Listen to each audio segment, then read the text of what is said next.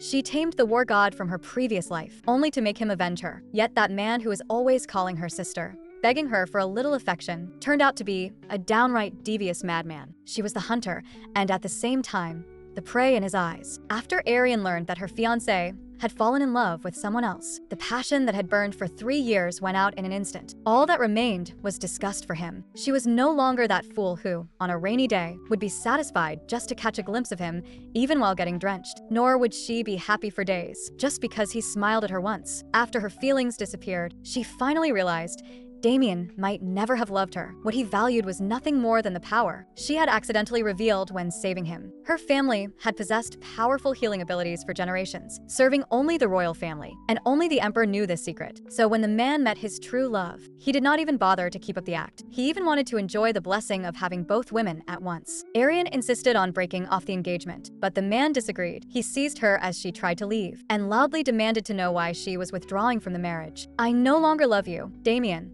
Let's dissolve our engagement." She shook off his hand, desperate to leave this place that made her sick. She had not expected that this utterly heartless man would actually draw his sword against her. He viciously pierced her heart. She had overlooked one thing. Damien was far more cruel than she had imagined. The last words she heard before she died were, "I will never let anyone else use your power." Arian regretted her own stupidity, that she had once loved someone worse than a beast. If she could go back, she would definitely make him suffer 100 times more than she had. "My daughter, Arian." A familiar and gentle voice woke her. Her father, who had died 2 years ago, was sitting right by her bed. "Happy birthday, my daughter." "What birthday? What does that mean, father?" "It seems my daughter is not fully awake yet. Could this be a dream? Those painful memories. Impossible." She called out to her father, pressing him to tell her what year it was. Her father looked at her in confusion. "Isn't it Imperial Year 829? She had truly been reborn.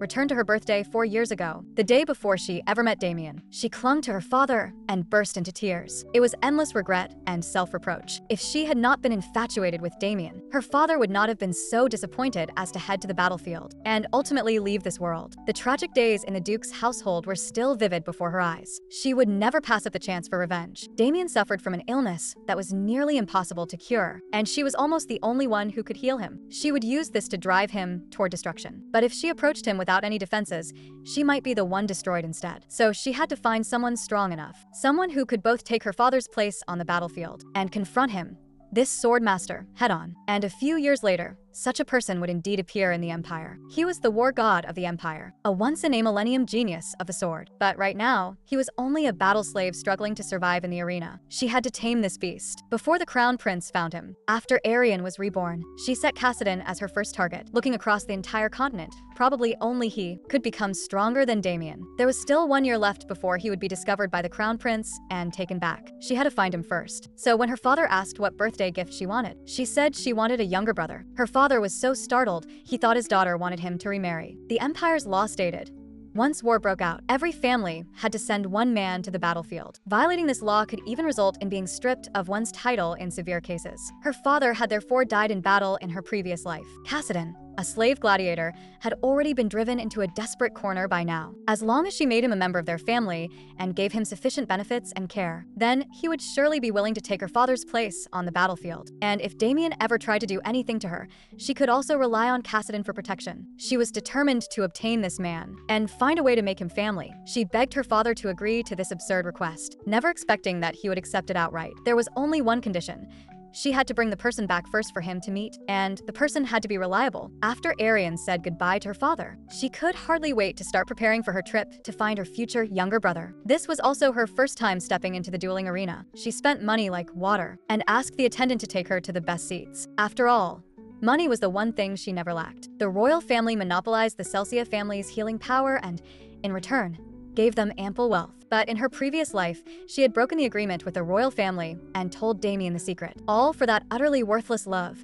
She would never make the same mistake again. As soon as she reached the viewing platform, she heard the crowd's chatter. Most people were there to see that silver-haired fighter. Almost half the audience had come for him. The people present were screaming madly, urging the life and death battle to start quickly. Here, they did not treat slaves as human at all. To them, slaves were just toys that could be tossed away once broken. Kassadin, the Crown Prince's trusted aide in her previous life, the strongest swordsman in the entire empire. But now he was nothing more than a beast trapped in the dueling arena, selling his body. She had only wanted to buy a slave, yet she witnessed a brutal slaughter with her own eyes. In the arena, The silver-haired man expressionlessly killed everyone who came near him. He was not physically stronger than the others, but his movements were absurdly fast. Moments later, he was the only one left in the entire arena, Kassadin. Everyone was cheering his name, yet this frenzy seemed to have nothing to do with him. He turned and looked toward the stands, where a blonde woman was standing. Kassadin gazed at her from afar. The host came on stage, pushing the revelry to its peak. He was going to auction off Kassadin's first night to the highest bidder in the arena. A slave as handsome and powerful as him was extremely rare. The arena boiled over completely. Even men were scrambling to bid. 100,000 gold coins. 500,000 gold coins. 1 million gold coins. He's mine. Any higher offers? At that moment, a slender hand was raised. 5 billion, but not for the night. I want to buy him outright. Is 5 billion gold coins enough? The noisy dueling arena fell silent in an instant. Arian repeated herself. I asked you, is that enough? The other party hastily flattered her. Of course, it's enough. Arian successfully got him, but what she never expected was that while she was waiting in the lounge, the man walked in and immediately began undressing. Half of what he was about to say was forcibly swallowed back down by her. What are you doing? Isn't this the reason you bought me? Master, please allow me to serve you. Arian froze and quickly reached out to stop him. She helped Kassadin fasten his clothes. No, I didn't buy you for that. If you don't need that, then what do you want me to do? I couldn't ignore the look in your eyes, as if you were crying out for help. Arian needed him to lower his guard, so she added a hint of half-true kindness. I can feel how desperately you long for salvation. How pitiful. Even the backs of your hands are covered in wounds. I originally planned to buy you and then set you free, but if I let you go, you might just be dragged back here again and turned into a toy for the audience's amusement. She used her healing power to mend the wounds on the backs of Kassadin's hands. The man looked utterly stunned. She lied that it was a family healing salve that could cure injuries. Kassadin tried to refuse, saying it wasn't worth using such a precious medicine on him. No matter how expensive it is, it can't be more precious than a human life. But I bear countless lives on my back. You only did that because you had no choice if you wanted to live. I believe you never meant to. While comforting him, Arian slowly drew closer. Why did you end up as a slave gladiator? What about your family? They've been gone for a long time. I've been wandering alone, and eventually I ended up here. The man cautiously asked, May I know who you are? After Arian introduced herself, she smoothly asked his age. 18. 2 years younger than she was. Everything she had done freely today was for this one line. Then, would you be willing to become my younger brother? The man froze. He had imagined countless possibilities, but never this one. I can free you from your status as a slave. You won't have to live that miserable life anymore. You won't have to hurt others just to survive, and no one will ever look down on you again. So would you be willing to become my family? He looked as though he had been tamed. As long as it is your command, Master, I will obey without question. Arian took his hand. There's no need to be so formal with me. After all, we're going to be family in the future. The man stared at their joined hands and suddenly spoke. Big sister. He closed his eyes as if he had obtained some priceless treasure and kept calling her that. Big sister, thank you. You are truly a gentle person. That so submissive expression made Arian's skin crawl. How disgusting. Was his ability to adapt to his surroundings just too strong? Or was it that fleeting, subtle look just now? But it didn't matter. She was using him in the first place to protect her father and herself. He would be the younger brother who would one day become her sword and shield. Please use me too, just as I am using you. She had planned everything out, yet she was shut out by her father. Her father could not accept his daughter bringing back a slave as a younger brother. He was not even qualified to be a guard, let alone his family, and a pretty boy at that. Arian had no choice but to confess to her father that she was afraid war would break out and force her ailing father to go to the front. With an adopted son, that situation could be avoided, and Kassadin's martial skills were exceptionally outstanding. When he learned that his daughter was doing this for him, her father no longer resisted as strongly as at first, but he still did not accept it. Arian gazed at the setting sun, for in her previous life, she had died at exactly this moment. She had healed Damien's heart, only to have her own heart pierced by his sword. She would never let Damien die easily. Having come this far, she had to make Kassadin her younger brother. Facing the freshly washed man, she showed a fake smile. Kassadin was a bit nervous. Big sister, do I look strange? Not at all. It suits you very well. Do I really deserve to enjoy such treatment? Don't say that. Since I brought you back, I will take good care of you. I'll persuade father, so you don't have to worry. Kassadin gripped her hand tightly. Big sister, I will definitely prove my worth. Arian was surprised by how clear-headed he was. Then is there anything else you want? He wanted a sword, because he was used to being with a sword, and suddenly losing it made him feel a bit uneasy. Got it. Arian kept asking what else he wanted, or what he liked. Kassadin suddenly lifted her hand. It's enough. Honestly, it already feels like I'm dreaming, but I think I've already fallen for you. From the first moment I saw you, I couldn't take my eyes off you. If this is a dream, I hope it never ends. Even if you abandon me someday, I will not resent you. Hearing the man's sincere confession, Arian only found it laughable. They had met for just one day, and this beast already wanted to bewitch her. Arian not only did not expose him, she even arranged for this dangerous man to live in the room next to hers, allowing him to come to her at any time. She was not only a healer, she also had some knowledge of herbs. Last year, she had cured the emperor's illness, making her family even richer. Because of this, in noble circles, rumors spread that her family owned a secret mine. Not long after, at the Crown Prince's birthday banquet, she met Damien, and precisely because of that, the vast wealth accumulated by her family over generations ended up in Damien's hands, and in the end, she died a miserable death. There was still 1 month left before the Crown Prince's birthday banquet. Damien controlled the northern territories, and she needed to prepare in advance to deal with him. She could not let any clues slip by. There was a knock at the door. Cassidon appeared outside, saying he had something to tell her. Although it was already late at night, Arian still decided to hear what he had to say. After he came in, he shut the door tightly. "I know it's very rude to come to you at this hour, but I really couldn't sleep. You said I could come to you anytime, so I thickened my skin and came." Arian's tone was gentle. "It's all right. I just happened to be reading." Cassidon glanced at the book beside her. "Is it about northern herbs?" Arian hadn't expected him to be literate, since only nobles were allowed to study. Cassidon explained, "The scarcer a commodity is, the more valuable it becomes. Reading and writing, noble social etiquette, I've learned many things just to survive. After all, in this empire, slaves are only merchandise." But Arian felt something was off. The more a slave knew, the harder they were to control. In the empire, they didn't even have the chance to read, let alone learn to read and write, and he read far too naturally. But there was no need for her to question it. He still hadn't lowered his guard around her, so she comforted him softly. "It seems you've had a very hard life. I promise you'll never have to live like that again." With a faint smile, Cassidon made an even more outrageous request. He moved closer to Arian. "I'm so anxious that I can't sleep. If you don't mind, could we sleep together?" He had been testing her from the very first time they met, and now he was testing her again? In that case, she only had to prove to him that he didn't need to do this. "Since you wanted, then stay. Come here, my little brother." After they lay down, Cassidon explained that he couldn't sleep because he kept dreaming of the people he had killed. Covered in blood, they crawled up to him and demanded, "Why is it only me who has to die? But that's not your fault. Yet I'm the one who killed them. That's a fact. At the very least, you feel guilty toward the dead, don't you? And you did it to protect yourself." This is the first time in my life that anyone has said such things to me. "What kind of life have you been living up until now?" After a brief silence, Cassidon finally answered, "Very ordinary." "You probably wouldn't be interested in hearing it." Arian did not press further. "I hope you won't dwell too much on the past. And I also hope you won't bear all this pain alone, because from now on, every day of yours will be happy." Cassidon grabbed her. "In the arena, you were the only one shining. After seeing you up close, you seem even more dazzling. Big sister, thank you for bringing me back." The two siblings, both full of false feelings, one pretending to sleep, the other staring at the one pretending to sleep. Arian's eyes were slightly closed, and sure enough, Cassidon was staring at her. The man suddenly lifted her hair, which made her scalp tingle. He leaned close and whispered in her ear, "Big sister, sweet dreams." Then he quietly left. So he was a liar too, just like she wore the mask of a gentle older sister. After all, he had been through too many terrifying things. Aside from knowing that in her previous life, he was the Crown Prince's trusted aide, she knew nothing about him and could only slowly win him over. Just as she had gained him, she would also give Cassidon everything he wanted. She had not expected that the very next day, she would see her younger brother covered in blood, kneeling before her father. Her father had given him several trials, and as long as he passed,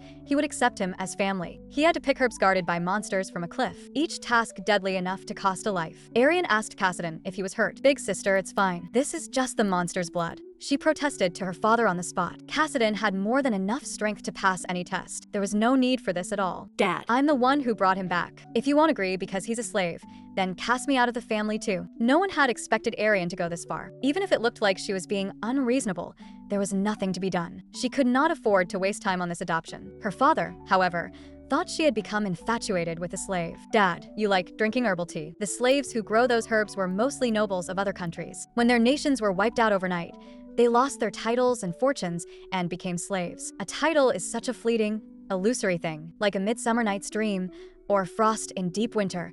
It disappears in a moment. Cassidon is human just like us. I hope you'll agree to adopt him. In the end, her father could not win against his daughter and had to agree. Arian hugged her father and apologized for what she had said. Cassidon finally became her younger brother, though her father still looked at him with utter distaste. Late at night, The man's back was covered in terrible scars as he bathed. In his mind at that moment were only the words Arian had said that day. She had even gone so far as to threaten her father just to adopt him. Big sister, he murmured softly. Big sister really is a strange woman. Big sister is strange, clearly awake yet pretending to be asleep. And just to see her angry face, he had deliberately gone to her in the middle of the night, but she hadn't minded at all. By comparison, he really was like a naughty child. But to him, when it came to his big sister, it didn't matter what she was like. He had only one goal: to make use of everything around him that could be used. The next day, Arian went to the weapon shop. She had promised to give her younger brother a sword. The shopkeeper greeted her enthusiastically. "You have excellent taste.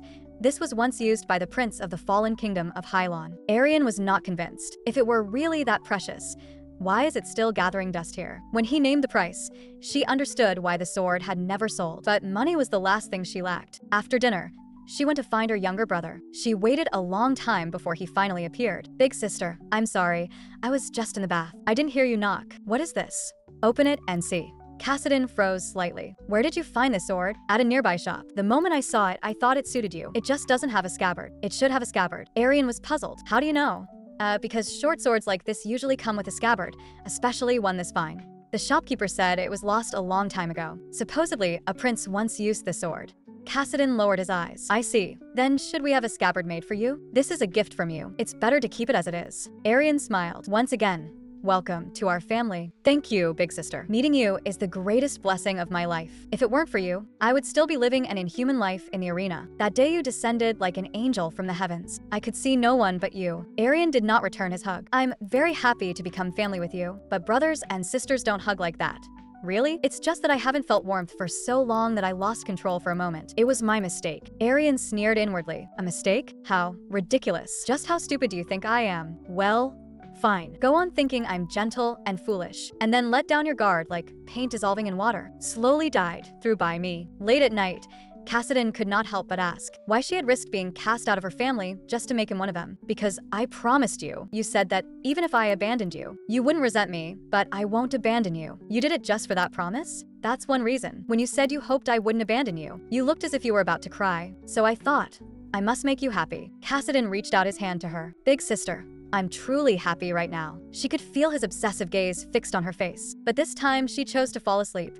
Only that way could he fully relax his guard. That night, she dreamed of Damien. His ugly face jerked her awake from the nightmare. How unlucky. Cassidon was already gone, and she noticed that a book was missing from the shelf. At that moment, the little maid came to report that there had been progress in her investigation. Cassidon might never have been a slave from the very beginning. What the little maid had found was this. When he was first picked up by the slave trader, the trader even thought he was some noble family's young master. Not only his expensive clothes, but also his speech and bearing were not things that could easily be cultivated later, unless he had been born into nobility from the start. After hearing the maid's report, Arian did not say much, only invited Cassidon to take a walk with her in the garden. Because they were so rare, Cassidon had never seen blue roses before. "I heard their flower language means miracle. They're so beautiful I can't take my eyes off them, just like you." Arian merely smiled. "No matter how beautiful it is, it will eventually wither. From that moment on, for the gardener it becomes a burden, doesn't it?" "That's not what I meant." "I know. I just wanted to tell you that to some people, being compared to a flower might be an insult." "Thank you. I'll remember that. And recently, I've been missing a book." "What?" "Seeing him play dumb." She simply spoke plainly. "Maybe someone stole it. It's not an important book anyway, just the one about northern plants you saw last time. If you'd like, I can help you look for it." Nothing but lies. The only one who could take a book while I was asleep is you. From the very first time they met, Cassidon had been wearing a mask with her, the whispers in her room, that brilliant smile, and the words he had just spoken upon seeing the blue rose. All of it was fake. She could not understand why such a dangerous man had been loyal only to the crown prince in her previous life. A few weeks later, her father formally adopted Cassidon. Although her father repeatedly warned her not to let anyone know about his origins, no one recognized him as a former slave at all. She suddenly became curious what his parents had been like. "My father was very gentle, and my mother was stronger than anyone. They were both wonderful people." "Then you don't have any siblings?" "I'm an only child." He suddenly changed the subject. "I'm very happy to be able to go out with you." So am I. "Is there anything else you want? More than any of that, I just want to stay by your side like this." All right, there he goes again. Arian remembered the important matter. The crown prince's birthday banquet would be in a week, but this time father has to inspect the territory, so I'll be attending in his place. Cassidon suddenly wrapped an arm around her waist. "Big sister, take me with you. Since it's the palace, There will definitely be many people there. I'm afraid someone will steal you away. Arian pushed him away. I was already planning to take you, and you don't need to worry. No one is going to steal me. Big sister, you have no idea how charming you are. Arian's voice was no longer gentle. Cassidy, as long as you stop trying to test me all the time, I'll give you whatever you want. Big sister, how could I be testing you? I only act like this because I like you too much. Really? Then why did you steal my book? I know the book that went missing 3 weeks ago was taken by you and then put back on the shelf. The man whose lie had been exposed to his face not only didn't panic, but even smiled. Even with his lie punctured, Cassidy's expression did not change. I've never stolen your book. You are the only one who came into my room at night. I thought you had your reasons. What matters isn't whether you stole the book, but that you lied to me. Since you knew, why didn't you scold me? Because your family I cherish. He suddenly grabbed her, and they both froze for a moment. In an instant, the man's smile returned. You're like a ray of light that saved me. I won't lie to you again. Arian remained the same gentle older sister. Don't do that again in the future. He stepped forward. I just wanted to know what you were reading. If I'd known, I would have told you. Then, is there something you want right now? There is something I want. He remained stubborn and full of lies. And that is you. Arian was about to go crazy. She really shouldn't have expected a normal answer. After that, for a while he stopped coming in the middle of the night. News came that Damien had taken the championship at the swordsmanship tournament. Truly a monster, winning even with that kind of body. No one probably knew he had a heart disease. There was a knock at the door. Big sister, it's me. Why haven't you come by recently? Arian did not deny it. Have you been waiting for me? I'm very happy that you'd wait for me. Didn't you say before that you had insomnia and couldn't sleep? Is it better now? Thanks to you, I've gotten used to it, but I still like being with you. But don't you go back every night in the middle of the night? That's because I don't want others to see and make things difficult for you. If you really don't want to make things difficult for me, you shouldn't come looking for me at night. But I don't just want to see you in the daytime. I like your nighttime self too. Your lake blue eyes are just as enchanting under the moonlight. Anyone can say nice things. I'm curious, when your violet eyes stare off into space, what are you really thinking about? Cassidy reached out his hand to her. My head is filled with nothing but you. Arian did not answer, but instead asked him in return. A few days ago, someone saw you going out in the middle of the night. What were you doing? I just went out for a walk. A blatant lie.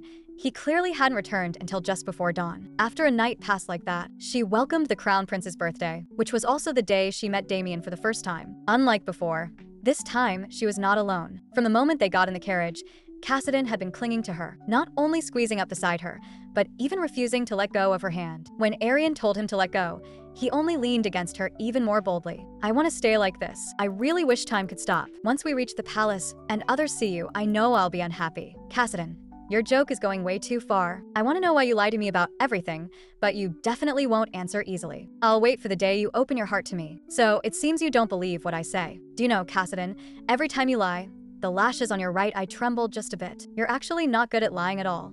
Before they could finish talking, the carriage had already arrived at the palace. Just as she expected, the moment Cassidy got out, he drew everyone's gaze. Arian walked into the banquet hall with her younger brother on her arm, and the first step of her revenge began. Her enemy had yet to appear, but her brother had already gotten involved with the Crown Prince. All she had done was be reborn, yet everything was completely different from her previous life. Moments earlier, she and her brother had just entered the hall, when the noble young lady who had been her enemy in her previous life actually took the initiative to greet her. The Norwich family, who made their fortune in diamonds. Hundreds of slaves had died in their mines alone. After greeting her, the lady's gaze drifted to the side. And who might this be? Hello, I'm Cassidy. My God, even your voice is that pleasant. Smiling, Arian introduced him.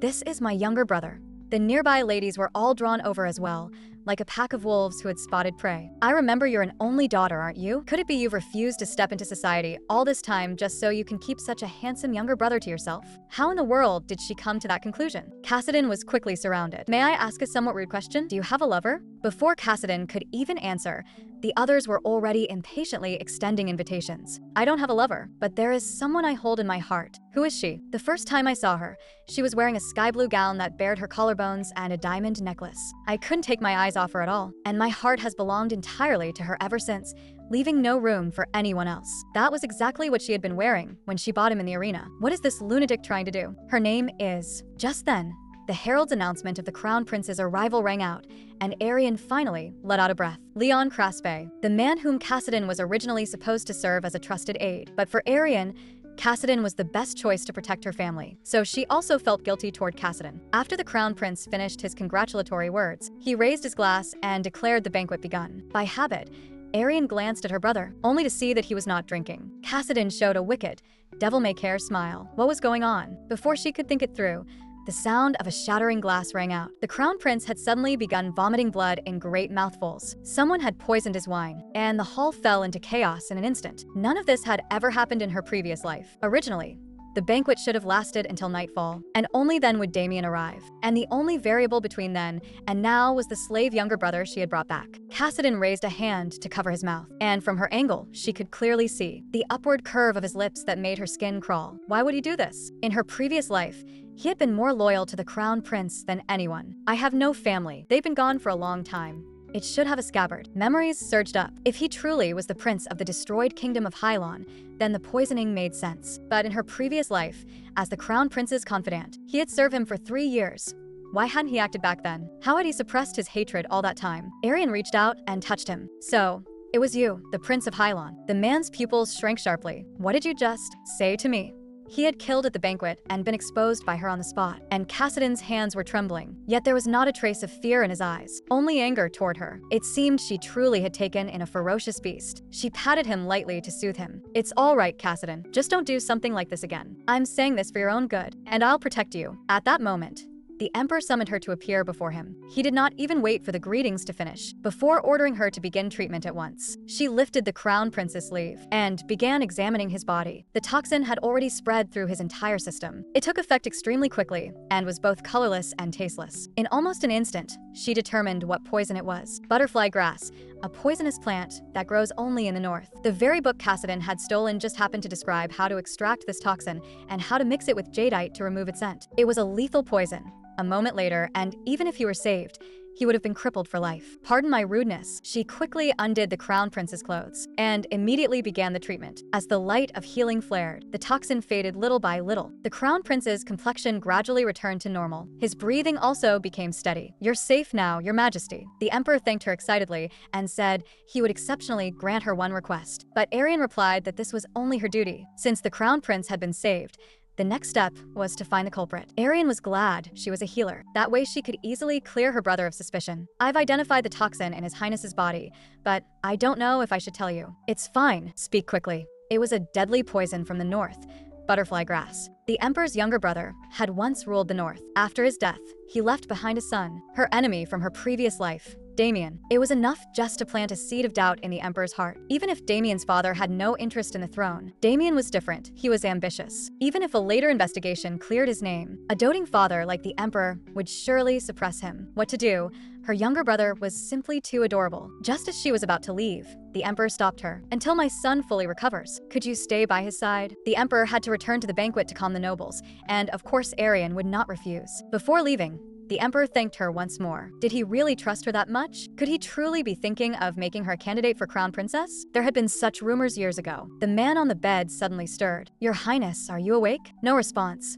Was it just sleep talking? She suddenly realized his clothes were still undone and reached out to fasten them. But at that moment, he abruptly opened his eyes. The startled crown prince quickly demanded, Who are you? Why are you here? How dare you touch my body? I am the healer Arian Celsia. I just neutralized the poison in your body. You treated me? Didn't His Majesty tell you? In that case, I remember now. Celsia is the only healer family, and the current healer is said to be the most outstanding in generations, with the same name as you. Can I see that remarkable power of yours for myself? Arian rejected him at once. No. Your Highness's body has already been healed, and there is no one else injured here. With that, she moved to take her leave, but the crown prince suddenly clutched his chest. Could there still be residual poison? She had clearly cleansed it completely. After a careful examination, she confirmed there was nothing wrong. I didn't find anything abnormal. Your body is perfectly healthy now.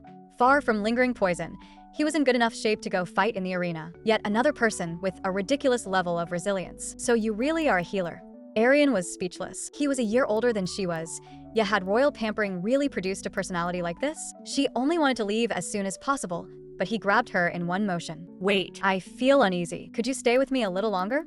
I'll call someone else to come. How strange. Other young ladies go to every length to get close to me, but you seem desperate to get away from me. What a narcissist. In her previous life, she hadn't exchanged a single word with him, so she had never known he was like this. Arian reminded herself to just get this over with. People have different personalities. Just because the ladies you've met act that way doesn't mean everyone is the same. The crown prince still held on to her. Then I want to ask you something. What kind of person am I in your eyes? In my eyes, you are the crown prince. The man suddenly burst into laughter and her eyes almost rolled to the ceiling. What a ridiculous question. The crown prince laughed until his eyes were damp. Your name is Arian, right? From now on, whenever I'm injured, you'll be the one to treat me. You may go now. Goodbye, Arian. Could she punch him just once? Goodbye, huh? She had absolutely no desire to see him again. Because the treatment had delayed her a bit, the hall was already empty. Fortunately, Cassidy was all right. Passing through the garden, she saw her younger brother standing in the moonlight. He turned and smiled at her. Big sister. He had returned to his usual obedient self, as if the person who had glared at her earlier hadn't been him. But when her gaze shifted to the other man, her blood instantly ran cold. He walked toward her, each step pressing down on her heart, filling her with both pain and revulsion. Memories from her previous life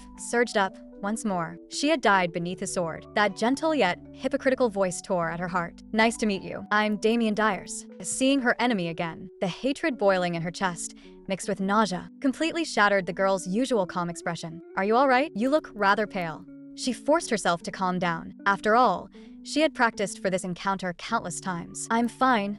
Thank you for your concern. My name is Arian Celsia. May I ask what you were just talking about with my younger brother? Damien's gaze moved between the two of them, clearly siblings, yet they looked nothing alike. It was obvious what he was thinking. It turned out they had spoken because, after the banquet was cancelled, Damien had asked Cassidy what had happened. That someone actually dared to poison the crown prince is truly heartbreaking. Those were his words, yet there was not the slightest hint of regret on his face. After all, he was someone who even dared covet the throne. Arian followed his lead. I feel the same way, Your Grace. How did you know I'm a duke? The Dyers family is known throughout the Empire, and your exploits alone have been in the papers so many times. I heard you took the championship at the swordsmanship tournament. Damien answered modestly.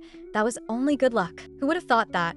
2 years later in her previous life, someone as powerful as he was would suffer a crushing defeat at the hands of first-time entrant Cassidy. The look of seething resentment on his face back then was still vivid in her mind. Damien's proud self-esteem had been trampled like garbage beneath Cassidy's feet. The more Arian despised him in her heart, the brighter her smile became. But it's so late. Why are you still here? Arian was surprised by his sharpness, but in the next second her expression changed in an instant. Damien was being restrained by soldiers, eyes wide. The girl watched the spectacle unfold. The man demanded furiously, "What are you doing?" "This is His Majesty's order. You need to come with us." She feigned fright. Oh my, what's going on? But the upturned corners of her mouth and her half-narrowed eyes all betrayed the sheer joy she felt at that moment, just like the look on her brother's face when he watched the crown prince collapse. Once Damien was taken away, it would be her beast's turn next. Cassidy, I imagine you have a lot you want to say to me. In the carriage, the man who had clung to her the whole way there Could not even meet her eyes now. You never tell me anything. At last he looked at her. I'm not trying to blame you, Cassidy. She cupped her younger brother's cheek, and the mask on his face, already covered in cracks, finally fell away, unable even to hide the trembling in his eyes. If today's poisoning of the crown prince were exposed, not only he, but her entire family would be buried with him. So she could not allow him to do as he pleased anymore. Cassidy, whether you were once the prince of Hylon or a slave, if there is something you desperately seek, you must first protect your own life. The man dropped all pretense, suddenly seizing the girl's wrist and pinning her firmly beneath him. If I get rid of you now, there won't be a second person in this world who knows my identity. What last words do you wish to leave behind? With those soft lips of yours, Arian not only wasn't afraid, she was unnaturally calm. Poor Cassidy, so you've been deceiving yourself all along. Her words only enraged him further. Do you understand what situation you're in, and you still dare say that? How foolish. You don't even know who your real enemy is. All you do is hurt innocent people. 8 years ago, the one who led the campaign to destroy Hylon had been Damien's father, and the reason he annihilated Hylon was a single prophecy. It came from the late great prophet Notius. A ruler would arise in Hylon who could unify the continent and trample the empire and all other nations underfoot. She had stumbled upon this while gathering information, so there was no way Cassidy could know. But she had not yet uncovered all the details, so she could not tell him now. You want to deceive me again? Arian smiled. To think that you, who are full of lies, would say that about me. Every moment I've spent with you has been sincere, yet you don't believe me. Do you regret taking me in? No. I have never regretted it. The hand with which he was gripping her trembled. He probably wanted her to say she regretted it, but she would never give that answer. She wrapped her arms around him. No matter what, you are my family. It's all right, Cassidy. Her voice was so gentle that even she hardly recognized it. How ridiculous.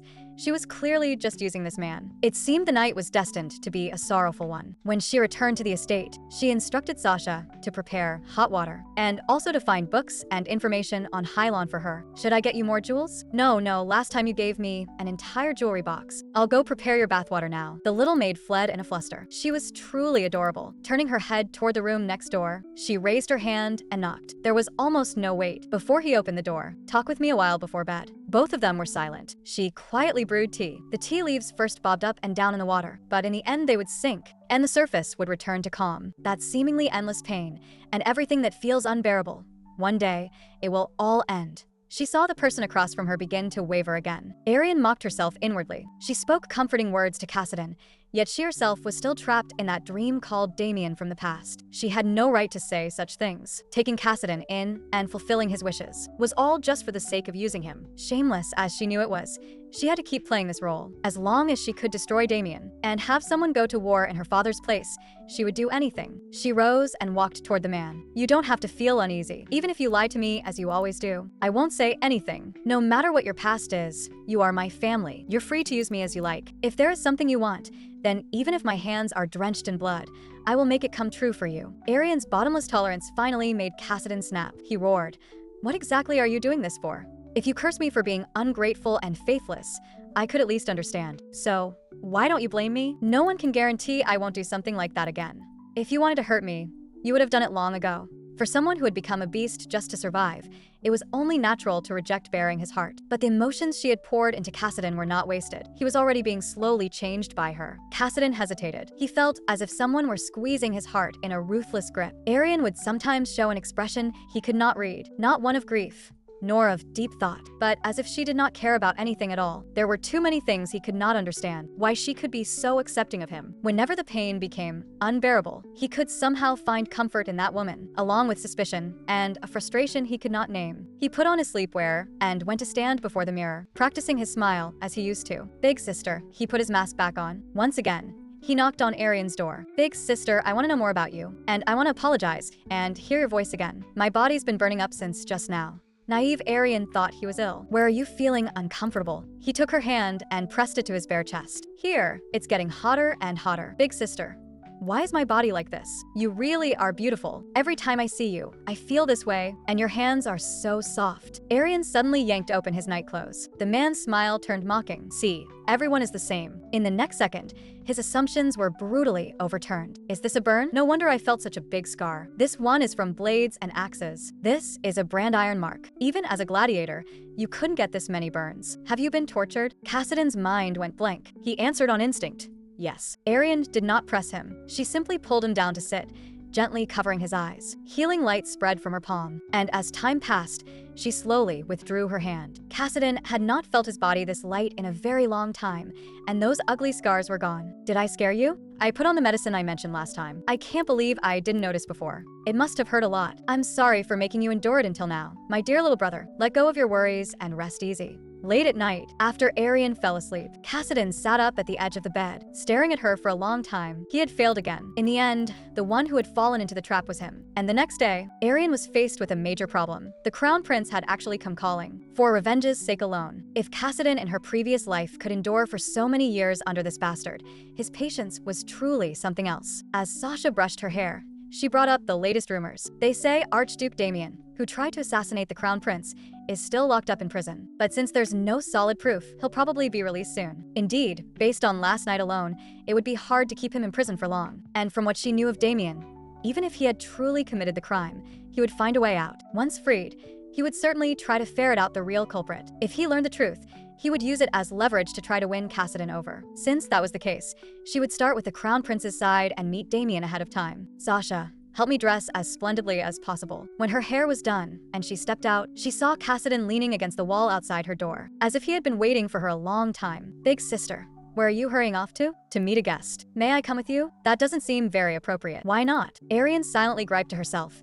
"You almost poisoned him to death last night." When she didn't answer, the man gave a mocking smile. "So it's a very important guest then." A beast whose tricks had failed no longer bothered to hide its nature. Arian's smile grew even brighter. Yes, very important. For some reason, the fact that Kassadin had stopped pretending actually made her happy. As soon as she entered the receiving room, the crown prince greeted her warmly. "Forgive me for being late. Your Highness. There's no need to be so formal with me. You must be wondering why I came looking for you so early. I'll get straight to the point. What do you think about becoming crown princess? Arian was stunned. What nonsense was he spouting? His Majesty has agreed as well, because you saved my life. I've heard rumors outside that your family built up enormous wealth from secret mines. A healer family that should be under the royal family's protection has suffered because of such rumors, and His Majesty feels very guilty about it. Before he could finish, Arian already refused. Your Highness, this is far too sudden, and I'm very satisfied with my current life. Are you really going to turn down the chance to become the most exalted person in the Empire? I'm sorry. I appreciate your kindness, Your Highness. You really are beyond my expectations. Miss, you truly are an interesting person. Suddenly, there was a knock at the door, and Cassidy barged in. Sorry to intrude. But there wasn't a trace of apology on his face, and he slammed the tray down on the table with a crack. I thought you might be hungry, so I baked some pastries. Good grief. Sasha, you must have had these snatched straight from your hands. The crown prince opened his mouth to send him away, but Cassidy completely ignored him. I told you to get out. Arian was about to lose her mind and had no choice but to smooth things over. He is my younger brother, Cassidy. I hope you can forgive his rudeness. But you don't look alike at all. Your hair is platinum blonde and his is silver. Even your eye colors are different. The crown prince, who looked half deranged, was unexpectedly sharp. So you're not related by blood. Even if we're not related by blood, he is my only younger brother. With such a handsome younger brother, no wonder your standards are so high. My brother is indeed very handsome. The girl's words made him laugh. In that case, please have your handsome brother step out for a while. We're discussing something important. Can't I listen? Since you're so eager to hear it, I'll tell you. Your sister is going to be the future crown princess. Arian hurriedly cut him off. Cassidy fell silent, but his face was full of barely contained killing intent. If you want to refuse, come to the palace and say so yourself. Tomorrow at noon, in front of the palace fountain, you are to come alone. After the crown prince left, Cassidy still did not go. Big sister, is what that guy said true? He was no longer bothering to hide his expression. It probably is. Are you really planning to go to the palace alone tomorrow? When Arian said she intended to go, he started coming up with all sorts of reasons to stop her. He even went so far as to claim the crown prince had a bad face reading. Only heaven knew how hard she worked not to laugh. You can read faces? You can tell just by looking at the eyes. One glance, and you can see he's a man of terrible character. My God. And he thinks he has any right to talk about someone else's character? There was one point she did agree with, though. The first time I met the crown prince, I didn't like him much either. And so the two siblings took turns cheerfully bad-mouthing someone else. Cassidy suddenly asked her, "Then what was your first impression of me?" Arian thought back. I thought you were a lot like me. More than his striking looks, what truly drew her in were those eyes full of stories, a faint, shimmering sorrow, and a desolate emptiness. But when she asked what his first impression of her had been, Cassidy refused to say. That's a secret. She really shouldn't have expected anything different from this liar. Then, in your eyes, am I a good person or a bad person? I'm not really sure. Can't you tell just by looking into my eyes? She grabbed onto Cassidy's sleeve and pressed him, only for him to shake her off violently. Sorry, big sister, I didn't mean to. Arian's complete lack of offense only made Cassidy more curious. You don't hate me? Why would I hate you? To be honest, rather than a good person or a bad person, you're more like a weirdo. Arian was a little stunned, but he was finally starting to speak honestly to her, and she could hardly contain her delight. Cassidy turned bright red and looked away. He could actually get embarrassed. Why is your face so red? Are you still running a fever? If she truly had a blood-related younger brother, would it feel like this too? In the study, only the pages about Hylon had been torn out, more than Cassidy. She now needed to focus on Damien, uncover his crimes, and drag him into the abyss. But Damien was no fool, so better that she play the fool to get close to him. Arian felt she could somewhat understand Cassidy's feelings now. He could never forget the pain and despair of that day. The next day, Arian went alone to the appointment. Lifting the hem of her dress, she curtsied with elegance. I greet the rising sun of the empire. Right after they met, she once again refused the crown prince directly. But you don't love me at all. I'm a healer, not your plaything. Sharp and perceptive, this only made the crown prince more pleased with her. Does marriage require love? All that matters is that our interests align. If you marry me, you gain supreme power, and the royal family gains permanent control of healing power. She was utterly uninterested. I'm very satisfied with my current life, but if you permit it, we can make a deal. Explain in detail. The one accused of poisoning you is Archduke Damien, isn't he? I heard he's being held in the royal prison. Will you allow me to see him? If you agree, I can demonstrate my healing ability for you. Didn't you say you couldn't demonstrate it if no one was injured? Arian's healing power isn't limited to humans. Even animals and even plants are possible. In a single instant, the flower the crown prince had crushed underfoot returned to its original state. This is unbelievable. Are you a magician? How did you do that? I'm just a healer, that's all. The flower she had just restored was plucked by the man in the next moment. She really would wither, and he even sounded self-righteous. Instead of leaving it here where someone might step on it again, better to pick it and put it in a vase in my room. For the flower, what difference does it make? But why do you want to see the Archduke? She had already anticipated this question. To say it was love at first sight, and she wanted to confess in prison would be absurd. To say she wanted to gaze upon the face of the Empire's hero one more time was even worse, especially to say that to the man who had just proposed to her. Why aren't you answering? He pressed. Are you certain the Archduke is truly the culprit? No. He already holds the title of Archduke. Why would he do something like that? We also don't have any evidence at present. It's more likely the work of someone who hates the royal family. Arian seized on his words and spun her reason. The Archduke was targeted as the culprit because I identified the poison used on you as a herb that grows only in his lands. So he was arrested because of me. I feel guilty and want to visit him. How can that be your fault? You only told the truth. But sometimes the truth also hurts people. The crown prince reached out his hand to her. I understand what you mean. I'll take you there myself. The plan had worked, but ever since earlier, she'd felt something was off. Why was that knight still wearing a helmet in this heat, inside the prison tower? The crown prince escorted her to see Damien. As they walked, the crown prince said, "Do you know why I told you to come to the palace alone? Because your brother's eyes aren't normal." Arian thought, that's because he sees you as an enemy. My brother's just a little shy. I don't mean the way he looks at me. I mean the way he looks at you. That's not how someone looks at his sister. Your Highness, he is a very important family member to me. If you say that, it puts me in a very awkward position. Seeing how firm she was, the crown prince dropped it. So you dote on your brother quite a bit. He is, after all, the one and only person in this world who matters to me. Not wanting to argue further, Arian found an excuse to send the crown prince away. As victim and suspect, it wasn't appropriate for him to see Damien. The crown prince therefore ordered a knight to protect her. When he first entered the cell, Damien had thought the knight was sent by the emperor to watch him, and his tone was full of disgust. "What's your name?" Arian quickly diverted the topic, cutting him off. "I'll only talk for a bit and leave right away. You don't have to worry." The man then acted as if nothing were wrong and invited her. "My birthday banquet will be held again. This time you won't have the option of refusing. Until then, I'll take good care of the flowers you sent." After the crown prince left, Arian shot a sidelong glance to the side. "Cassidan, what are you doing here? You knew it was me? How could I not recognize you? Where did you steal that armor from? It's borrowed, not stolen. Its owner will be unconscious for the whole day. You really don't care at all. What if someone finds out? They won't. I've memorized all the knight's information." Arian was about to say more when Cassidan suddenly leaned closer. "Are you worried about me?" His puppy-like eyes positively sparkled. How could Arian not indulge him? "From the moment I open my eyes at dawn until I fall asleep at night, I'm always worrying about you." Those are lovely words. I can't believe you actually worry about me. You came to the palace because you were worried about me too, didn't you? Yes. If I weren't worried about you, I wouldn't have done something like this. Who exactly did you come here to see? You'll know when we get there. They reached the 8th level of the prison, where a man sat quietly turning the pages of a book. He was the enemy Arian hated to her very core, the Northern Archduke, Damien. Once, those emerald eyes had bewitched her, but she'd been fooled by that polished exterior and failed to see the ugliness beneath. She greeted him first. "Do you remember me? Aren't you Arian Celsia? Once I've seen someone, I never forget. And I believe I've seen this knight as well." His sharpness was terrifying, but Arian wasn't worried. "He's a royal knight who brought me here." "Then it seems I was mistaken. So,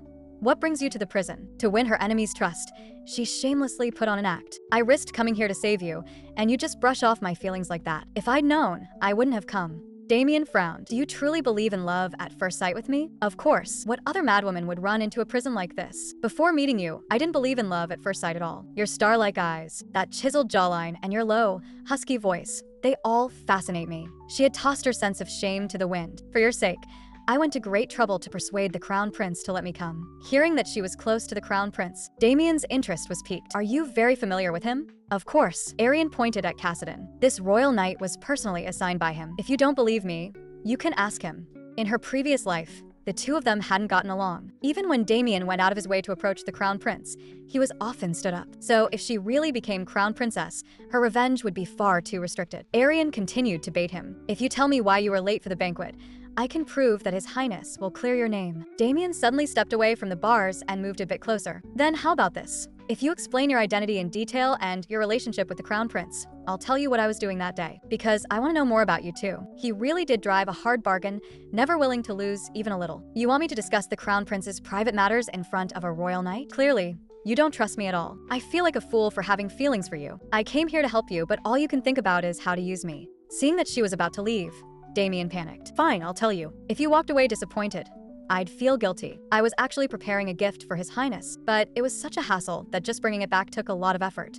What kind of gift? A slave. Because his physical abilities were exceptional, I wanted to present him to the crown prince. When Arian frowned, he immediately explained, "Miss, a slave with such capabilities is very rare. Just last month, someone spent 5 billion gold coins on a single slave." Arian couldn't understand it. Even if slaves were treated worse than pigs and dogs in the empire, how could he offer one as a gift at a birthday banquet? Still, if this was only his excuse to hide a heart attack episode, She had to verify it. Your Grace, in that case, let me present the slave to the crown prince in your stead. To further win Damien's trust, she told him that the poisonous herb used on the crown prince grew only in his lands, which was why he'd been arrested. Damien finally lowered his guard and agreed, but also added that the two of them had to meet again after his release. Oh my, are you asking me out? At last, he had fallen neatly into her trap. Not long after she arrived home, Cassidon returned as well, but his complexion was terrible. Arian asked with concern, "Did something happen?" Cassidon flatly denied it. "No." "Then why do you look so pale?" After a moment of silence, he asked, "Big sister, do you like green eyes?" "What? Is it because I don't have green eyes that you don't like me?" In her previous life, she had indeed been obsessed with Damien's green eyes, but after being reborn, she only wished she could dig them out with her own hands. So when Cassidon asked if she disliked him because he didn't have green eyes, Arian denied it without hesitation. "Then why did you say those things right in front of me?" Seeing that Arian didn't understand, he began to repeat word for word what she'd said to Damien in the prison. Jet black, silky hair, star-like eyes, a chiseled jawline, and a low, husky voice.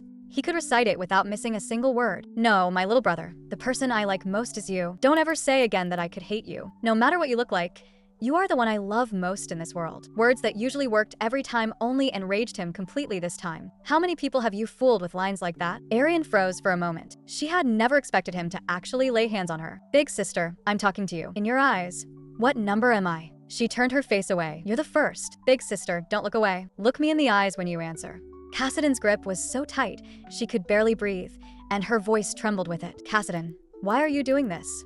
"My dear big sister, I never thought I'd see that look on your face." He really was insane. Arian shoved him away and staggered back. "If anyone saw us, they'd think I'd done something terrible, when I clearly haven't even started doing anything yet." She forced herself to calm down. "If my one and only younger brother wants to do this, it's not impossible. As long as it helps you vent, you can do it anytime. But will that really make you feel better? The you I know isn't like this.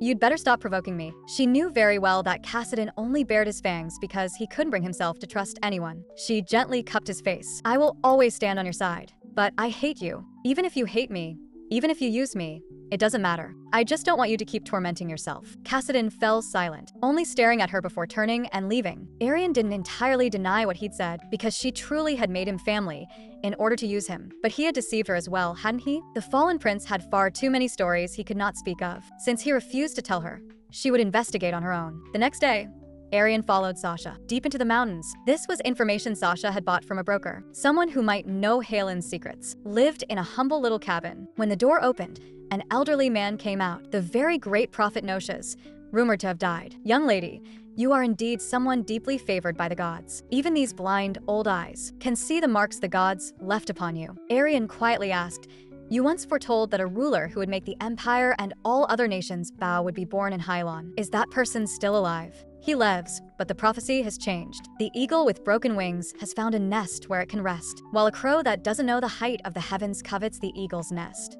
Aside from this, Noshas refused to answer anything else. He only repeated that she was a person favored by the gods. Arian was almost certain now.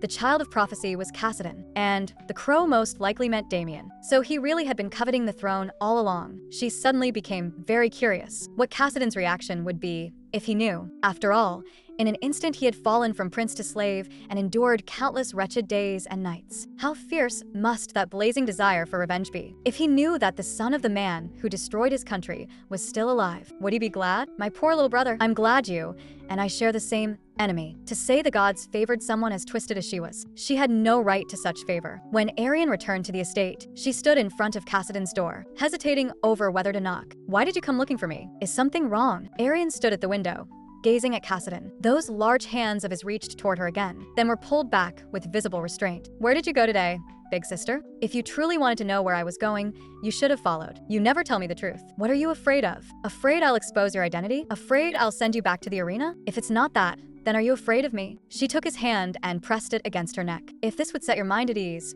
that would be best. You can use more strength as much as you like. However much you don't trust me, that's how hard you can squeeze. Cassidon's hand began to tremble. He suddenly yanked it back and shouted hysterically, "Are you not afraid you'll die? Or have you gone mad?" To say something like that with such a calm expression. He pulled Arian into his arms, his voice shaking. "I'm sorry, big sister. It's all my fault. Please don't ever do something like that again. I beg you." She could feel Cassidon's conflict and pain as if it were her own. He was, in truth, a very kind person. She had thought all her tears had been exhausted in her previous life. "I love you, my little brother." Cassidon was deeply conflicted. Ever since yesterday, Arian's image had been circling in his mind, keeping him awake all night. When he learned in the morning that she was going out, he deliberately chose not to follow. He had thought that not seeing her would keep his mind at ease, but in her absence, he only grew more agitated. Why had he insisted on following her to the palace? Hearing her with his own ears say she had fallen in love with the Archduke at first sight had plunged him into an abyss. She had a streak of madness, but he was even more insane than she was. Even knowing she had dragged him into a bottomless swamp, he still refused to let go, afraid she would vanish from his arms. After that day, Arian felt that Cassidon had become a different person. He began treating her respectfully, no longer knocked on her door in the middle of the night, and never lied to her again. She had indeed gambled correctly. Meanwhile, Damien had actually filed a suit against the royal family on the charge of defamation. It seemed they would be seeing each other again soon. Just then, a gift arrived. The slave Damien had meant to present to the crown prince as a birthday present. In addition, Damien had sent a chest of sedatives and asked to meet her as soon as possible. Looking at those terrifying syringes, Arian could almost imagine the torture the man had suffered. She crouched down for a closer look and was startled by Cassidon's sudden appearance. "Can't you make some noise when you walk? That won't do. Otherwise, I'd never get to see you look so surprised. But this is that man's gift," Damien had said. It had taken great effort to stop this man from killing himself. Just how much pain did it take to drive someone to such an extreme? Just looking at the man in the iron cage filled her with a powerful sense of guilt. "What are you going to do with him? Since he's a gift, I'll have him washed and changed first." She gave instructions to the steward. Seeing Cassidon remain silent, was he worried this would threaten his place? "Cassidon, my little brother, there's only you, so don't make that face." Arian hadn't expected that because the slave's build was so large, they couldn't find any clothes that fit. Indeed,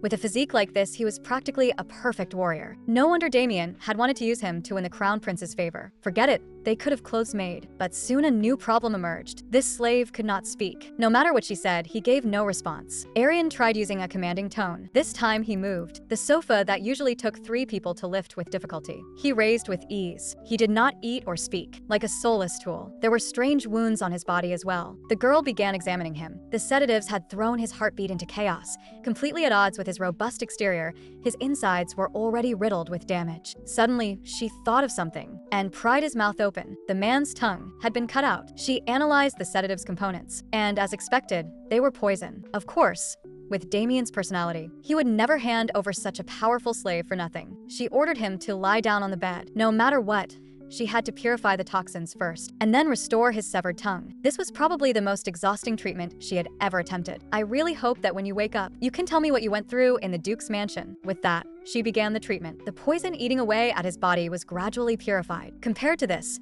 the toxin in the crown prince had been nothing. She had to concentrate fully and pour out all her strength. She didn't know how much time had passed when his fingers finally twitched. Clarity slowly returned to his eyes. He stared at the girl before him. "Who are you, my lady?" Drained, Arian had never imagined she would go this far for the sake of a treatment. After her father returned from his trip, he came to his daughter with gifts and happened to see her collapsing onto a man just as he opened the door. Cassidon was still reflecting on his own childish behavior just moments before, when he suddenly heard the Earl's furious roar. He rushed into Arian's bedroom and at a glance saw a scene that drove him mad. The girl was fainted on top of the man, and Cassidon lost all reason. He swung a punch down hard. For the first time, the two of them were on the same side, both intent on beating to death the slave Arian had just saved. The dark-skinned man was utterly dumbfounded. Cassidon strode toward him. "How dare you pull such a low, dirty trick while I wasn't here?" What do you mean by that? "And who are you, anyway?" He froze the instant the words left his mouth. His tongue had clearly been cut out. "Do I need to give my name? You're headed straight for hell anyway." Arian slowly came to, her father's and Sasha's worried faces filling her vision. "Father, when did you get back?" The doting father started blaming himself. "It's all my fault for not paying attention to you lately. I didn't even notice a big hulking man getting into your room. Only then did Arian remember the slave. You mean I fainted because I didn't sleep well last night?" Arian hurriedly nodded. Beside her was the man whose face was swollen and bruised. "If you say so, then so it is." Arian turned to the slave. What's your name? My name is Dull. Dull. When you arrived at my house, you were in terrible shape. Can you tell me what you went through before? I'm sorry. I can't remember. It's like there's a piece of my memory missing. Then tell me whatever you can remember, even the tiniest detail. After a moment's hesitation, Dull spoke. Right before I blacked out, I heard someone say, "We still need more blood." That same person cut out my tongue. But when I woke up this time and found it intact, I couldn't make sense of it, so I didn't know how to tell you. Do you remember who did it? My eyes were covered, so I couldn't see. But from the voice, it was a man, and an old one at that. He reeked of blood. An old man, stinking of blood, skilled in torture. It had to be Damien's confidant Kendall, the one who, in her past life, had likely disposed of her corpse. For now, she still had too few clues. Thank you for telling me something so hard to speak of. It won't happen again. Rest well here. Your clothes are being made. They should be done soon. Dull was flustered and flattered. I'm just a slave. I shouldn't trouble you further. Or, would you rather walk around half naked like this? Only then did he realize his upper body was still bare. The attendants will take you back to your room to rest. After Dull left, she turned to Cassidy. You go out too. The man's eyes were blazing with anger. Without a word of farewell, he turned and left, slamming the door behind him. Arian was bewildered. What's wrong with him now? Her elderly father almost fainted from rage. My precious daughter, I'm already doing my best to accept Cassidy, and now you've brought back another slave? Can you get that walking door plank out of here at once? Putting up with Cassidy is already the limit of what I can endure, and I hear you even took him to the palace. Everyone I meet says I'm hiding a handsome young man at home. He practically screams slave just by standing there, and now you've brought back another one. Father, you don't need to worry. I'll hand him over to the crown prince right away. Arian explained her plan to transfer the slave, finally managing to calm him down. She didn't want to miss any lead connected to Damien, so Dull's help was indispensable. What she didn't expect Was that Cassidy would stay sullen and stormy-faced for days. She was practically losing her appetite over it. Do you need a slave to warm your bed? What nonsense was that supposed to be now? Cassidy stepped in front of her and handed her a handkerchief. If you must have one, then use me. Don't be fooled by how I look. I'm actually filthy, and I'm good at anything. Have you lost your mind? No. I'm perfectly sane right now, so please don't keep other men by your side. To Arian, this was unbelievable. How could someone degrade himself like that and speak so matter-of-factly? Cassidy, what are you talking about? Who decided what filthy means? Don't describe yourself like you're just a tool. She had once planned to use Cassidy's status as a slave, to bind him into doing things for her, but that had long since changed. She truly saw him as a younger brother. Only now did she realize that for him, those days of being treated like an object and subjected to inhuman abuse might never really have ended. If this kept up, how is she any different from Damien? She pulled Cassidy closer. If I kissed you right now, would that make me filthy too? Before he could answer, Arian pressed her lips to his brow. Big sister, if you're dirty, then there isn't a single clean person in this world. I'll return those words to you exactly as they are, Cassidy. Don't belittle yourself again. You are nobler than anyone. In that moment, Arian decided to follow the prophecy, the eagle with broken wings, so that he would no longer have to lick his rotting wounds alone. She would become Cassidy's nest. He leaned lightly against her knee, murmuring. This time his voice was different from usual, carrying a faint tremor. When I said I hated you, I was lying. From the first moment I met you until now, there hasn't been a single moment when I hated you. On the contrary, he lowered his head, kissed the back of Arian's hand, and said nothing more. Arian didn't press him. She didn't want to force onto Cassidy the things Damien had once done to her. And if they were to reclaim the place that should have been theirs, it was time for her to act. The guest had arrived. She rose to greet him. I've been waiting for you to come. The visitor was her former fiancé from her past life, and her enemy, Damien Dyerkins. You never got in touch with me, so I was worried something might be wrong with your health. How could that be? I've just been busy with the lawsuit. Arian took the initiative to clasp his hand. I don't mean anything bad by saying that. My lord, I truly am happy to see you again. She wasn't just acting affectionate. She wanted to use the physical contact to confirm Damien's condition. As expected, his heart disease was severe. At this point in her previous life, she had already started treating him. And in order to cure him completely, Arian had once studied his illness in detail. Violent emotional swings were one of the triggers. With that in mind, she invited Damien to the Crown Prince's banquet. I intend to hand the slave over to His Highness at the banquet and smooth things over for you with him. Damien gladly accepted. Then it seems we'll be seeing each other again very soon. After the girl left, Damien's steward appeared and handed him a document. The man's lips curled in contempt. It was Cassidy's slave contract. What a ridiculous pair of siblings. When she returned to the estate, Dull had already changed into his new clothes. The honest-looking man offered his sincere thanks again. But Arian had a favor to ask. I'd like you to attend the royal banquet with me. But if you do, you'll see the people who tormented you. Will that bother you? Of course not. I really want to repay you. No sooner had they parted than she ran into Cassidy waiting at the door. Are you going to the palace banquet? I'd like you to take me with you. No. You know why? I won't cause trouble again. I'll be as quiet as a block of wood. Please just take me. The reason Arian didn't want to bring him was that he still mistakenly believed the crown prince was his enemy. She wanted to trust Kassadin, but reality wouldn't allow it. If I take you, will you tell me your secret? I'm not trying to force you, but if you don't want to talk about it, you can't come with me. She understood the feeling of not being able to confess one's past. The choice had always been his. The next day, Arian stepped into the carriage, and at the last moment before departure, Kassadin appeared. So he was finally willing to face his past. This banquet had invited almost every noble in the empire. Lady Celsia, Damien appeared, even from far away. You're the only one I can see in the crowd. Would you grant me the honor of accompanying you all day? She had just agreed when Kassadin reached out and took her hand. Big sister, didn't we agree I'd be your escort today? Damien recognized him at once. I saw this gentleman at the birthday banquet. Arian was about to be driven mad. She silently mouthed a warning. Didn't you say you'd be quiet like a piece of wood? Thick-skinned as ever. He kept up the act. Have you forgotten our promise, big sister? He's your younger brother, isn't he? So you remember me. After all, you have those unforgettable violet eyes. This is the third time. The three of us always seem to meet together. So Damien had recognized Kassadin back in the prison already. What an infuriating man. Of course, Arian wouldn't admit it. This is clearly the second time you've met. Damien let it drop and turned to Kassadin. Your sister has already agreed to walk with me today. I'll be the one accompanying her. Kassadin once again stepped in front of Arian. Unless my sister herself refuses me, I will never let go of her hand. Damien took Arian's hand. Is that so? That must put you in a difficult position, my lady. For a mere slave to be this brazen. By publicly exposing Kassadin's status as a slave, Damien forced Arian to break with him on the spot. The girl yanked her hand away. Your Grace, are you insulting my younger brother? Damien was stunned. He had never expected her to protect a slave. Suddenly, the herald's voice rang out. The crown prince had arrived. He spotted Arian at a glance. I didn't think you'd actually come. How could I refuse your invitation? Fair enough. Damien suddenly spoke. Your Highness, I'm glad to see you safe. The crown prince looked at him with open disgust. I don't recall inviting you. When you treat an innocent man this way, how am I supposed to swallow the insult? The moment you sued the royal family, you lost my trust. The royal family never trusted me to begin with, did it? You're quite the joker. Kassadin didn't want Arian drawn into their conflict and tried to intervene. Your Highness, there are too many eyes on us here. But the crown prince turned his fire on him instead. There are a lot of uninvited guests today. Arian put on an innocent face. Your Highness, he's my younger brother. I'll be generous and overlook him this time. But why is your brother still holding your hand? Because we agreed beforehand that I'd be the one escorting big sister today. I thought that was odd last time too. Aren't you siblings? But the way you look at Arian is nothing like a younger brother. More like... Arian quickly cut him off. Your Highness, would you dance a waltz with me? The hall went instantly silent. The crown prince burst into laughter. You never cease to surprise me. Everything you say and do is abnormal. To think this nonsense-spouting man was calling her abnormal, but it's usually men who invite the dance. So, Arian, will you dance with me? She had just been about to agree, when she was stopped once again. Big sister, Arian whispered.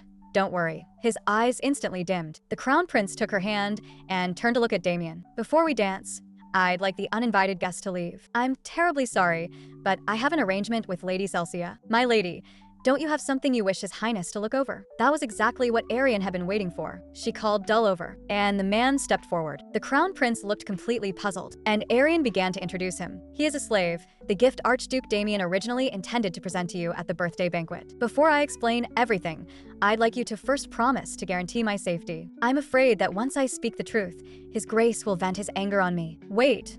Why would you think I'd hurt you? This is slander. The crown prince cut Damien off outright. I wasn't asking you. So keep quiet for now. And besides, your swordsmanship dominates the whole country.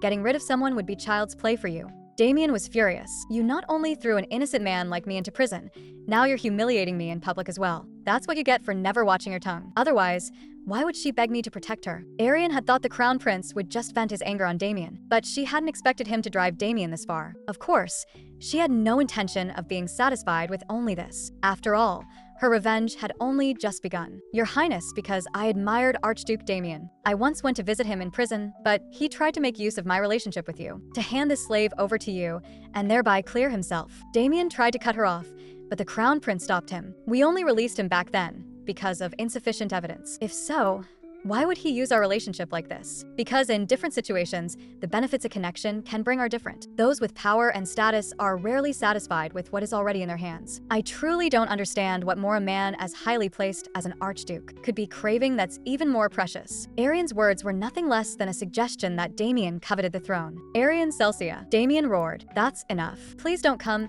any closer to my sister. In his agitation, Damien seized Kassadin in one grab. Insolent wretch, You're nothing but a lowly slave from the arena." His voice rang through the entire banquet hall. "A slave?" Kassadin let out a soft sigh. "Your Grace seems to be quite a distinguished figure, yet we've only met twice up to today. You speak as though you know me inside and out. After suing the royal family as a suspect in an attempted poisoning, you still dare to stride openly into a royal banquet. If it were me, I could never do such a thing." Kassadin's mockery completely pushed Damien over the edge. He suddenly clutched his heart, staggered, and collapsed in front of the two of them, gasping in agony, his body shaking from the pain. Arian covered her mouth in ecstatic delight, madness filling her eyes. At last, she had been waiting for this moment ever since her rebirth. "Oh my, Your Grace, you're so pale. Could there be something wrong with your heart?" His heart. This was the secret Damien had always wanted to hide, and sure enough, it drew the Crown Prince's notice. "His Grace has a heart problem?" She followed up smoothly. "His Grace is clutching the area of his heart. We should call a physician to examine him." Damien forced himself to endure the pain. "No, doctor. Call my steward." Arian looked toward Dull. "Dull,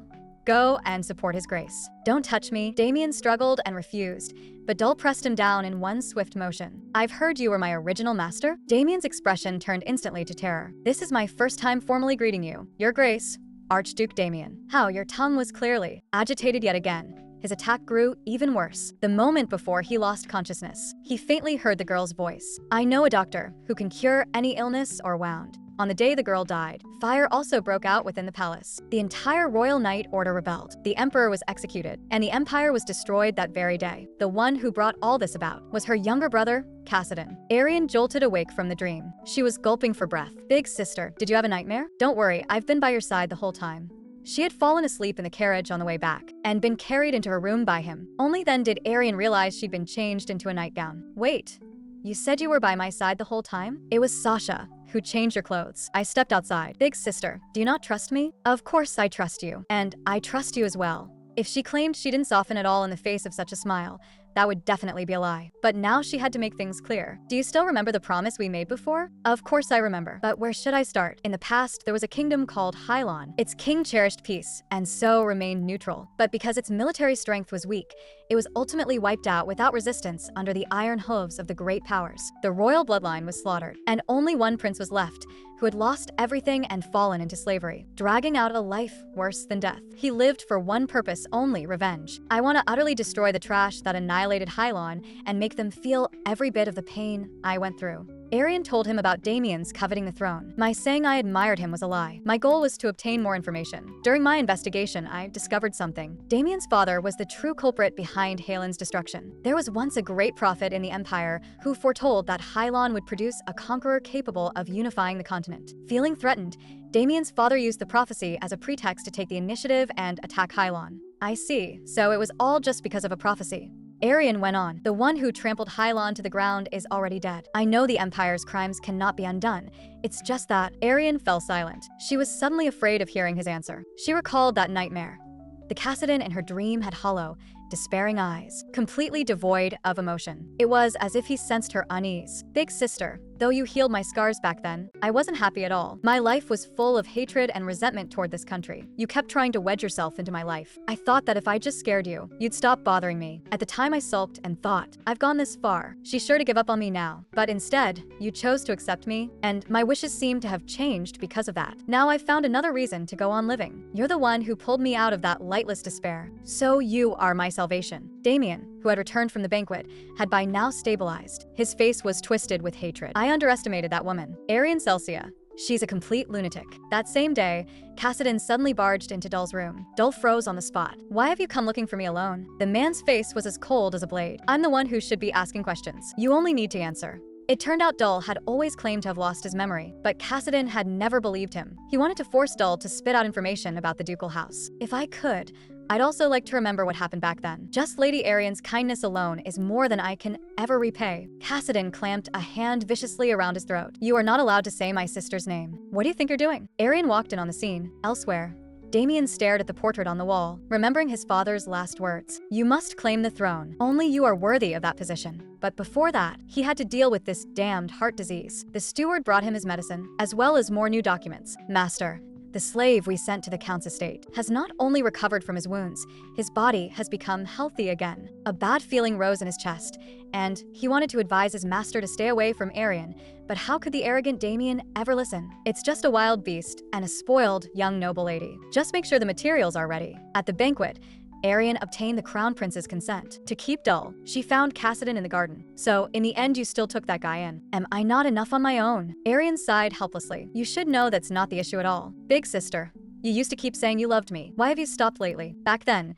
Arian hadn't understood how heavy the word love really was. Once she gradually realized it, she could no longer let it slip out so casually in front of him. She pushed away Cassidon's embrace. That's how lovers behave, not siblings. The beast no longer hid his desire. We're not actually siblings anyway. I've never once thought of you as my family. He grabbed Arian's hand. You pricked yourself on a rose thorn? He actually bent down and licked the blood from her fingertip. Arian stared at this unbelievable scene and shoved Cassidon away hard. She was furious.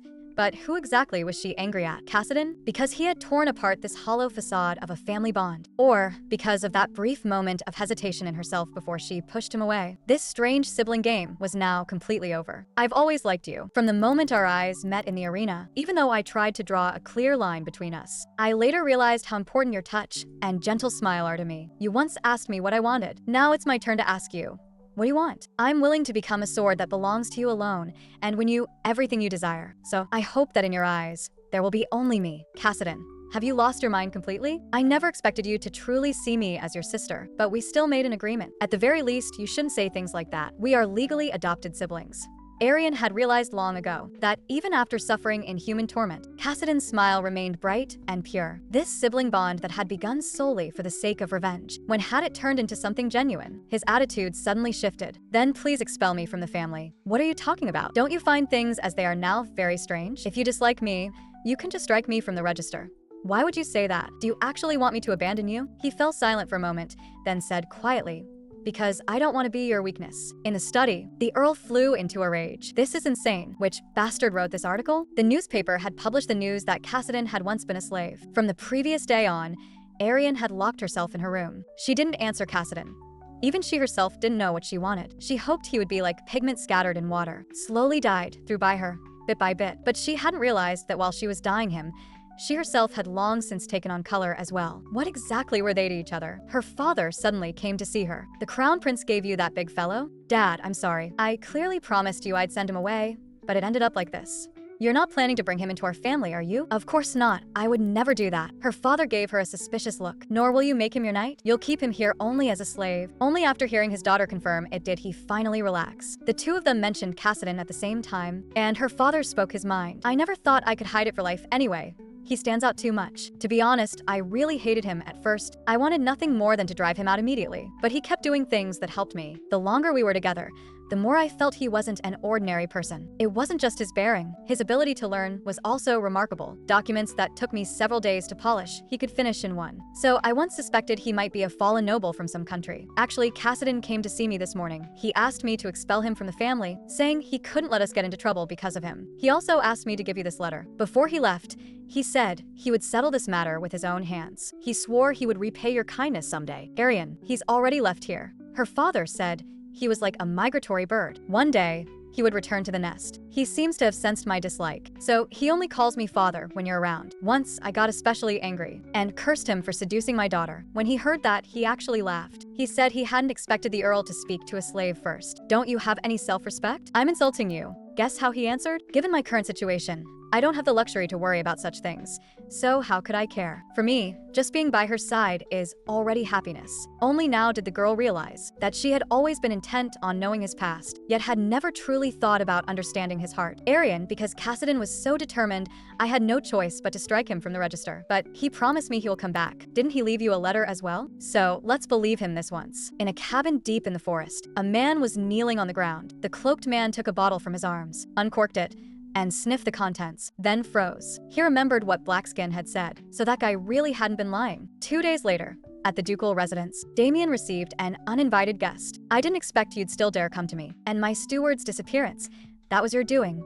You slave from the Earl's house. Isn't your grace always so well-informed? You don't know I've already been struck from the Earl's rolls. That does suit your ending. A slave should never covet what he has no right to. And that's all thanks to your grace. So you've come for revenge? I've come to make a deal with your grace. Damien burst out laughing. You, a slave. Dare to make a deal with me? You must be tired of living. You think I'd pay any attention to your sort over mere steward? Your stupidity and arrogance are inborn. Or is it because you've spent too long doing filthy work in the arena? It's disgusting. In truth, a man like me who sold his body to survive, and a man who survives by drinking the blood of commoners. Aren't we equally disgusting? Damien's secret had been laid bare, but he quickly calmed down. You came just to say that? It's a medicine that contains goat's blood. He only tended to me when I was ill. Cassidon had already investigated everything. The ducal house often recruits servants young, strong, and unmarried. Yet there seem to be very few servants actually in your household. Should we look into where they all went? This completely enraged Damien. He drew his sword and leveled it at Cassidon. You damned slave. How dare you threaten me? Damien suffered from severe heart disease. He had found someone who had once been gravely ill with heart trouble and then suddenly improved, and forced the prescription out of him by violence. The medicine contained human blood. He had tested it then, and there on that man's life. And sure enough, it lessened his pain. Damien's slashing sword was easily dodged by Cassidon. Calm down, your grace. I never meant to be your enemy. I'll forget about this matter, and I'll return your steward to you, on the condition that you agree to one small request. Though Damien despised slaves, he was also a man who cherished talent. Cassidon's powers of observation, combined with such skills, made him consider winning him over. He sheathed his weapon. Let me hear this magnificent deal of yours. Cassidon smiled. It's simple. Please take part in this year's Founding Day tournament.